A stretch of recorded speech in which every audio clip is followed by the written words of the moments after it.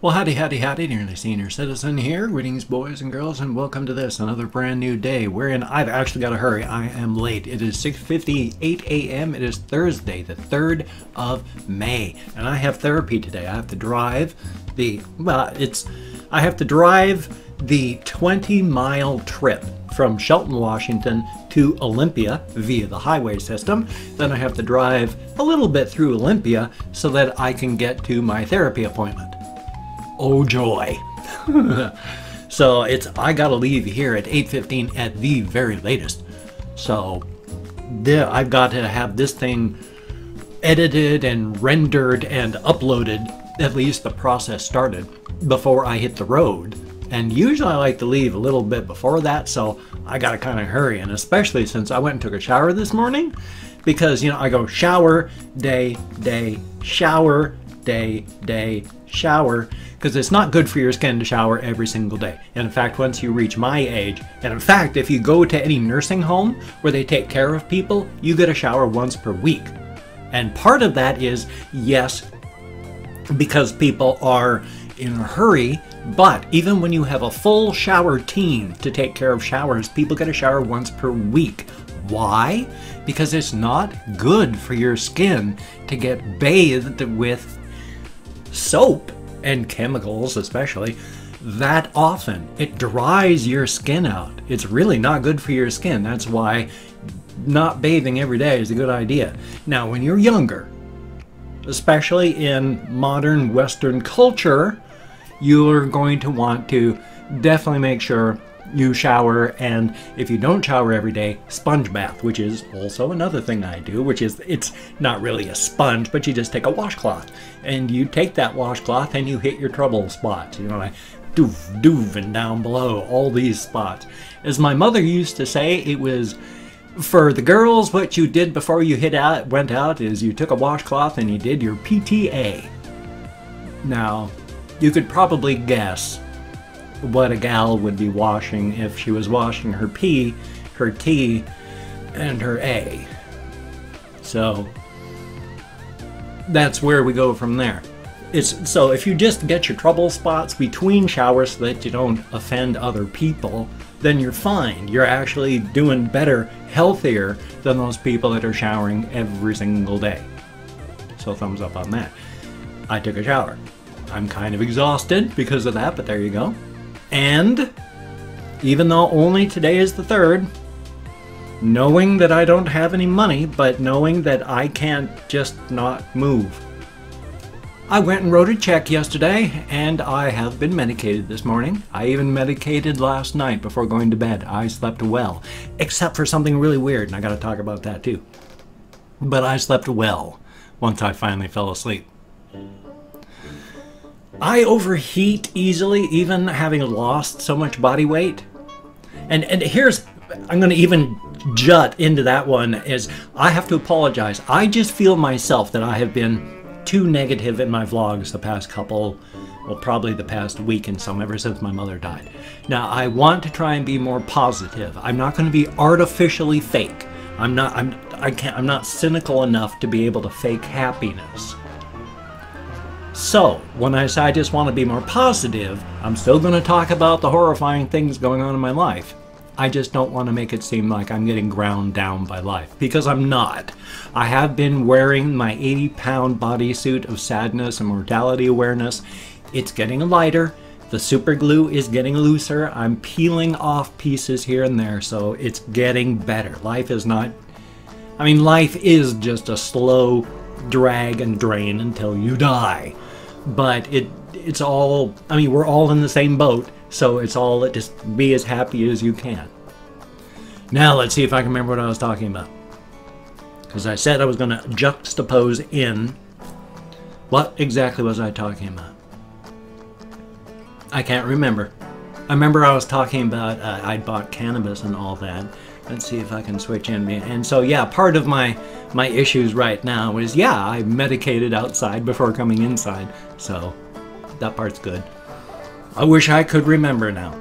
Oh well, I know I'm talking about having to get stuff done and pain and issues, but good golly, Miss Molly. I've still got widower brain. And I've still got a galaxy of stuff in here in my head, and my laundry basket of my prefrontal cortex and stuff is still going clunk, wonk, smack, and getting knocked out. And so I'm not going to be able to think well even before I medicate. So I would have forgotten anyway, because when I interrupt myself, 90% of the time I don't go back to where I come from. I make parenthetical breaks, and then I don't have a closed parentheses and then jump back to where I left from. I make a parenthetical break, and then I just keep going on from there forever. I'm sorry about that. I am kind of goofy that way. But again, it's widower brain coupled with depression, which makes it so hard to think and concentrate and remember, combined with the fibromyalgia fog, which I have all the bloody time. And then there's the damage that I did to my brain. It's okay. I don't mind. It doesn't really bother me all that much. I make a big deal out of it occasionally, like when I've got something important I want to say, but I forget it. Then I'm just bugged because at that moment I forgot. But on the whole, I am who I am, and I largely accept that. I look at myself as my personality is, I'm a slightly out of focus, as in I can't focus, slightly out of focus, absent-minded, nice guy. And that's about it. I blunder through life like that. So that's cool. Nothing wrong with that. I mean, none of us has gotten out of this alive. Not a single one of us. Thumbs up. Which is also one of the things. I mean, there's a beginning, a middle, and an end to everything in life.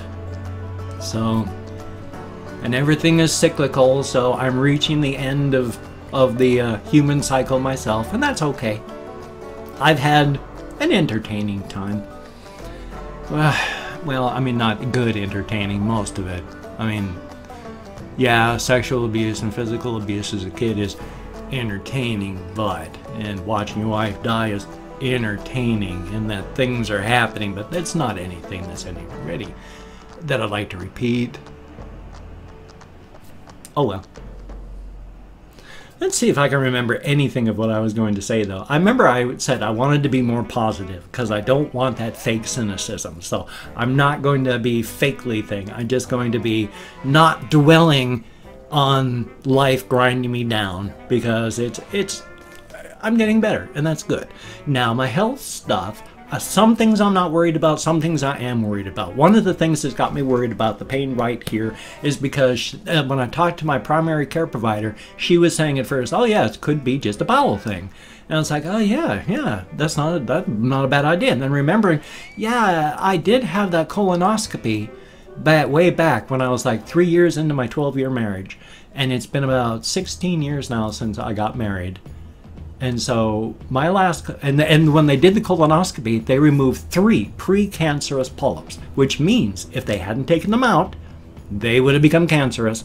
And if I hadn't gotten it taken care of then, I wouldn't be here now. I'd be dead. So I know my colon isn't wonderful that way. And so I had at least one other colonoscopy since, possibly 2. They've been fine, but it's been at least 8 years since my last one. If I'm having pain and stuff up here, sure, maybe it's not liver cancer. Could be bowel cancer. Now, jumping to conclusions, and jumping especially to the most awful conclusion, is not good. I worked in healthcare for 15 years, and I went through 4 of the 5 classes to become a licensed practical nurse. I know the human body moderately well as you can without being a doctor or a specialist, because I had to study all this stuff on how to keep the human body alive and what can happen to the human body. And if this happens to the human body, this is likely, get help because, and so it's, yeah, I know a lot of what goes on. And so I also know that just because something hurts horribly doesn't mean it's dangerous either. I mean, because of my sleep apnea, I stop breathing at night. Well, not night. I stop breathing when I sleep. And it's not obstructive. I don't have soft tissues that fall down and block. It's just my brain, as I sleep, forgets to tell my lungs to breathe. And so I'll just be going,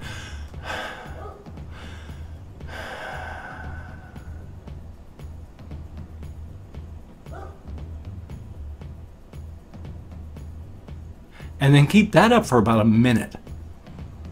That is a terrible strain on your heart and your lungs. Now, if Carrie Fisher, who died at age 66, hadn't damaged her system with rampant drug abuse when she was younger, maybe she would have been able to survive falling asleep on an airplane. But she fell asleep on an airplane, and with her sleep apnea, the struggle to breathe killed her. Heart attack, death. So sleep apnea is pretty important, you got to take care of. But that thing shoves air down your throat. And if you're lying there, your muscles are going to relax. And that opens up two tubes going into your body. One of them forcing air into your lungs, so even when you're breathing, you're fighting against this oxygen coming in. But also it's going down into your stomach. Now, I have had times where I have not even been able to stand up. I've had to be bent over like this, leaning, because I couldn't. It felt like I had rusty daggers shoved into my gut and someone just grinding them. So sometimes it feels like I'm gonna die, to the point it's like I'm thinking, am I having an aortic aneurysm that's rupturing? But no, I have to sit back and remember, oh, it's gas pains.